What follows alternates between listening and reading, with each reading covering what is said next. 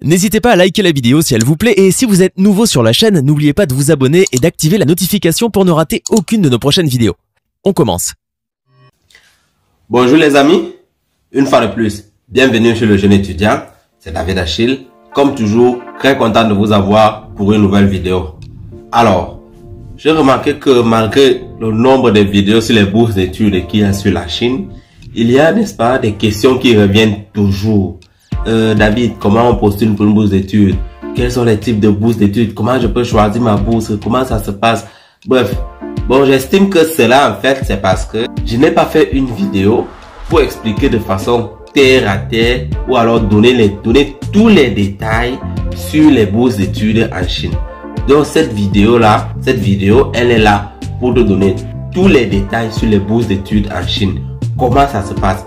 Quand il faut postuler? Quels sont les types de bourses? Qui donne même les bourses? À quel moment? Quels sont les documents?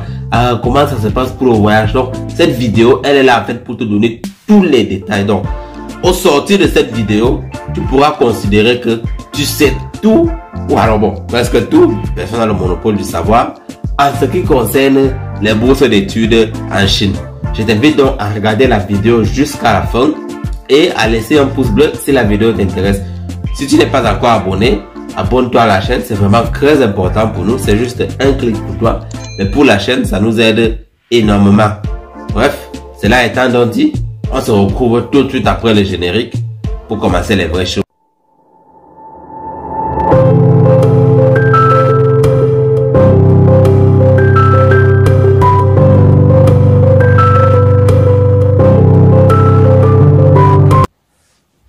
Alors, les bourses d'études. Ce que vous devez savoir, c'est qu'au niveau de la Chine, il y a une multitude de bourses d'études. Il y en a vraiment de tout type en Chine.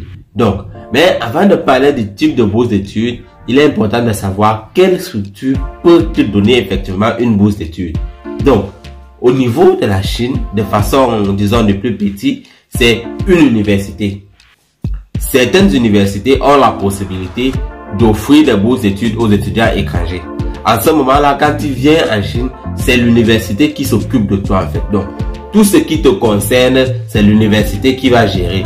Donc, ça va dépendre du type de bourse ou alors de l'arrangement que vous avez. Mais bref, c'est l'université et uniquement l'université qui s'occupe de toi quand tu as une bourse de ce type. Maintenant, après les universités, il y a certaines villes qui peuvent donner des bourses aux étudiants en fait. Donc, une ville accorde des bourses à tel ou tel étudiant. Après les villes, il y a les provinces. Comme par exemple, nous sommes dans la province du Liaoning, il y a la province du Shandong, Hubei, Hunan. Ces provinces peuvent parfois accorder des bourses aux étudiants. Donc, quand une province te donne la bourse, ça veut dire que c'est le gouvernement de la province qui te gère. Donc, à ce moment-là, quand tu viens en Chine, on pourra te diriger vers une université qui se trouve à l'intérieur de la province. Mais c'est le gouvernement provincial qui te gère, qui prend en charge tes frais de scolarité et tout, en fonction bien sûr du type de bourse que tu as. Maintenant, en plus des provinces, il y a ce que je peux appeler les localités. Donc, en général, quand on dit nord-ouest, sud-ouest, nord, sud, tout ça, à ce moment-là, tu as une bourse en fait. Comme ici, par exemple, nous sommes dans le Dongbei, par exemple. Si tu as une bourse dans le Dongbei, la bourse te donne, n'est-ce pas, l'opportunité d'étudier dans une université qui se trouve dans toute la localité du Dongbei. Vous devez savoir que une localité peut parfois englober une ou deux provinces. Donc, on dit, c'est en fait des grands découpages, en fait. Donc, en plus de ça, il y a certains ministères en partenariat avec le ministère de l'Éducation qui peuvent vous octroyer des bourses d'études. Par exemple, en ce moment, il y a une bourse du ministère du Commerce chinois qui est en cours en partenariat avec le ministère de l'Économie. Je suis en train de préparer la vidéo sur cette bourse-là. Donc, si tu n'es pas encore abonné à la chaîne, je t'invite à t'abonner à la chaîne et à activer la cloche de notification pour ne pas rater, n'est-ce pas, cette opportunité lorsque je vais la présenter ici. La vidéo est en cours d'édition. Elle sortira sûrement dans la semaine qui vient. Donc, abonne-toi à la chaîne pour ne pas rater cette vidéo-là. Maintenant, après ce type de bourse, il y a des bourses Confucius qui sont en fait les bourses plus liées à la culture chinoise. Donc, ceux qui vont par exemple apprendre la langue chinoise, tu peux avoir une bourse Confucius pour venir en Chine étudier pour un semestre, pour 2 semestres, pour 1 an, pour 2 ans, pour 3 ans. ça va dépendre du type de bourse et du niveau de chinois que tu vises en fait. Maintenant, après les bourses Confucius, il y a maintenant la bourse CSC. C'est celle-là vraiment que tout le monde cherche en fait. Parce que quand tu as une bourse CSC, tu es à l'aise. Elle couvre tout et tu es à l'aise en fait. Donc, la bourse le CSC, c'est l'organe, n'est-ce pas, qui gère les bourses d'études en Chine pour les étudiants internationaux. Donc, le CSC à ce moment-là, lui, il couvre tout le territoire chinois. Donc, quand tu as une bourse CSC, on peut te balancer à Shanghai, on peut te balancer à Beijing, on peut te balancer à Dalian, à Guangzhou, donc vraiment, on peut te balancer dans toute la Chine en fait. Donc, ça c'est ce qui concerne les bourses CSC.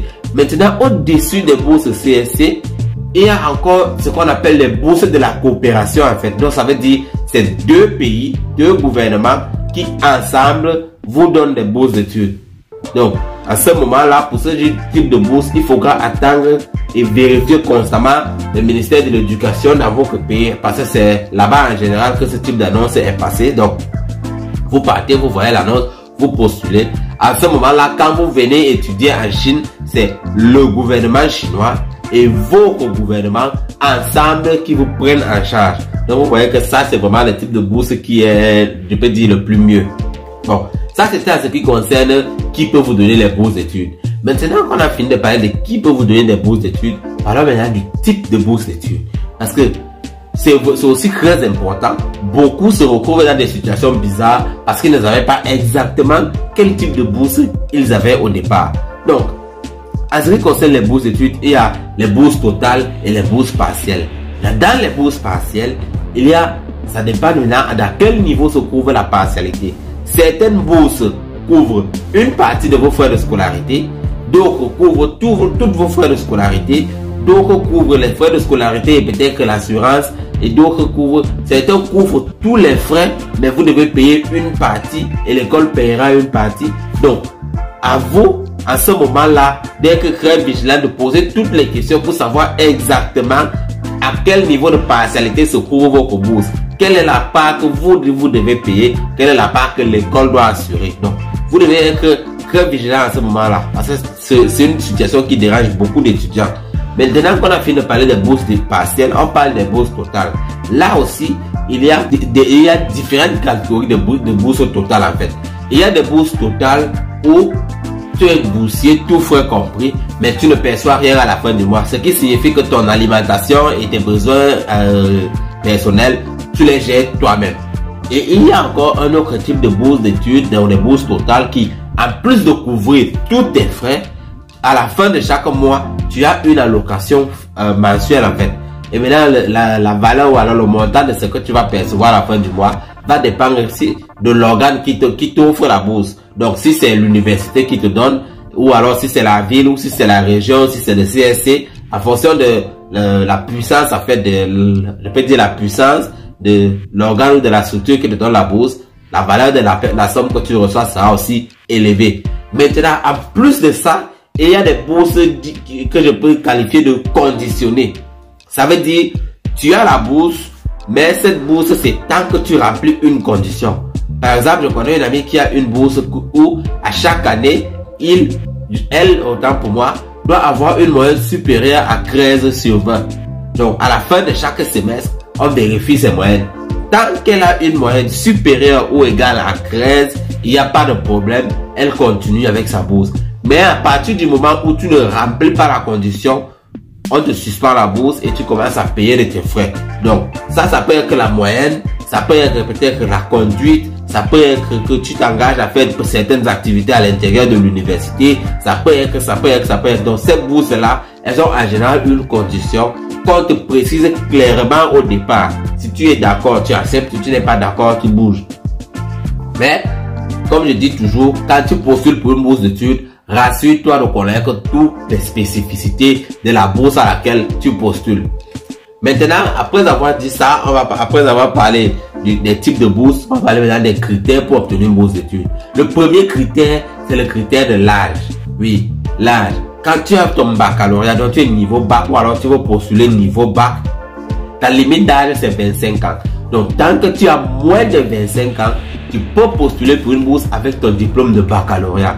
Maintenant, si tu as une licence ou alors tu veux postuler niveau master, donc tu as une licence, tu veux postuler pour niveau master, tu dois avoir minimum 45 ans.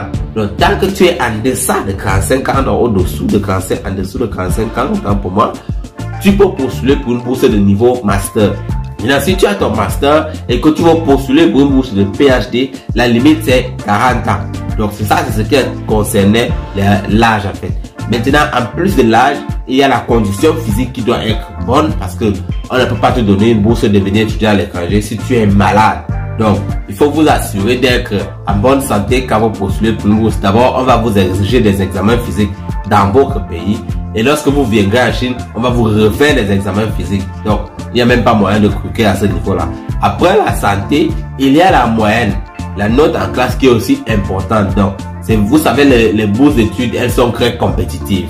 Parce qu'on veut peu de places et plusieurs personnes postulent. Ça veut dire, on va prendre les meilleurs.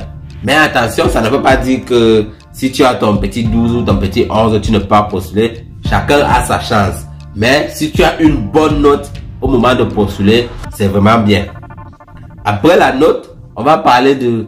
Bref, je voulais parler de comment faire pour préparer son voyage, mais je me suis rendu compte qu'en fait, j'ai déjà fait toute une vidéo dessus. Donc, cette vidéo, je vais te laisser le lien en description ou sur le i qui s'affiche quelque part en haut là. Tu pourras aller la regarder pour savoir quels sont les autres critères ou alors les autres conditions pour avoir une bourse d'études en Chine et comment préparer ton voyage même pour venir en Chine. Bref, je pense que c'est ici que cette vidéo va s'arrêter. J'ai dit que la vidéo qui concerne la bourse du ministère du Commerce chinois, elle est en cours d'édition. Donc, abonne-toi à la chaîne pour ne pas rater sa publication qui aura lieu certainement dans la semaine prochaine, dans la semaine à venir. Maintenant, donc, on se dit donc à très prochainement pour d'autres contenus chez le jeune étudiant.